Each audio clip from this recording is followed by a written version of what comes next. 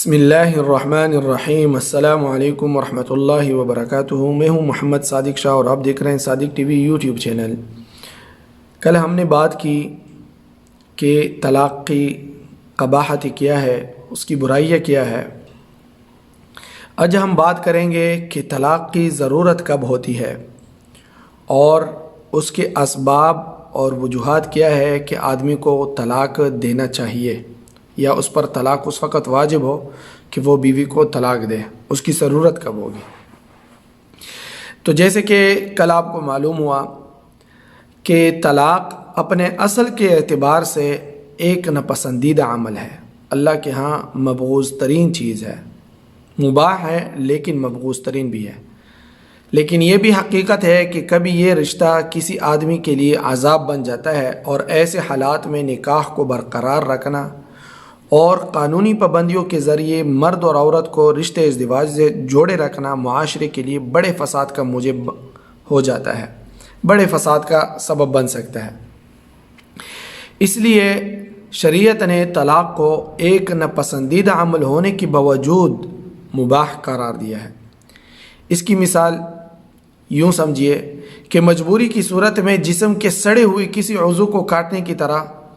کسی حصے کو کاٹنے کی طرح کہ اس پر آدمی کو خوشی ہو یا نہ خوشی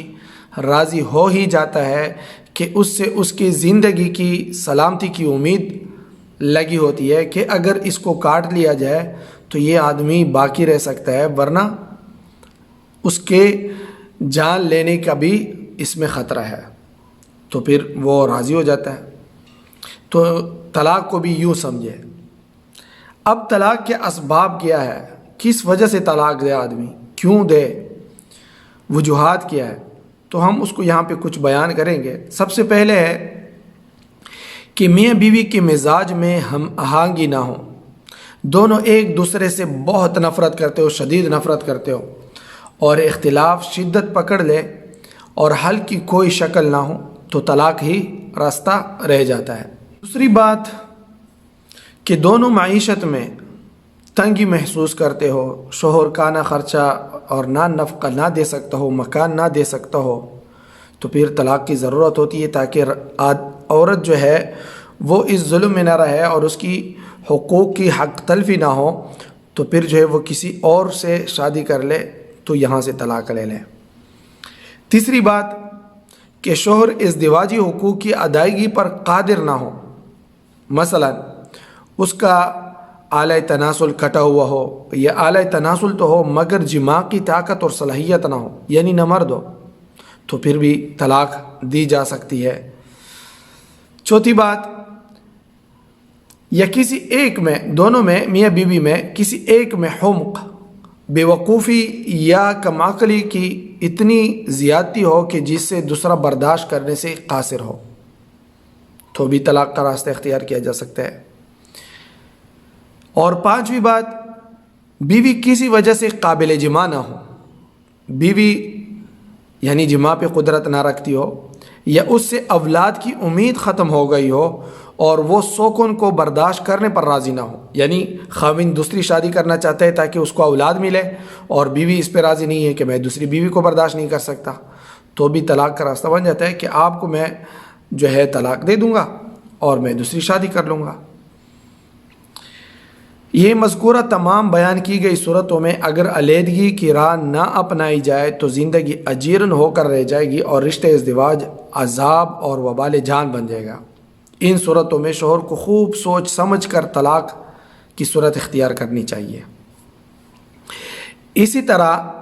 جیسے طلاق کی ضرورت ہوتی ہے، اس کی کچھ وجوہات اور اسباب ہوتی ہے جو معقول ہوتی ہے، اسی طرح طلاق کا بجائے استعمال بھی کیا جاتا ہے، کہ ان میں سے بھی ہم کچھ بیان کریں گے جہاں پہ طلاق کو بجائے استعمال کیا جاتا ہے۔ طلاق کا بے محابہ، بے دڑک اور بجائے استعمال گناہ ہے۔ اس طرح جب شوہر کو یقین ہو کہ ازدواجی زندگی خوشگوار نہیں رہے گی، بیوی کو نکاح کے باقی رہنے کی وجہ سے شدید پریشانی کا سامنا ہوگا، پھر بھی وہ طلاق نہ دے، تکلیف دینے کے لیے نکاح میں باقی رکھے، یعنی اس کو لٹکائے رکھے، نہ تعلق بہتر بنائے اور نہ ہی طلاق دے، تو یہ جائز نہیں، ناجائز ہے، حرام ہے۔ یہ فیصلہ کہ مرد اپنی بیوی کے ساتھ خوشگوار زندگی گزار سکتا ہے یا نہیں، اور طلاق کی ضرورت ہے یا نہیں، شوہر کے احساسات سے متعلق ہے۔ وہ اپنے آپ کو بہتر جانتا ہے کہ میں بیوی کے ساتھ وقت گزار سکتا ہوں، رہ سکتا ہوں یا نہیں،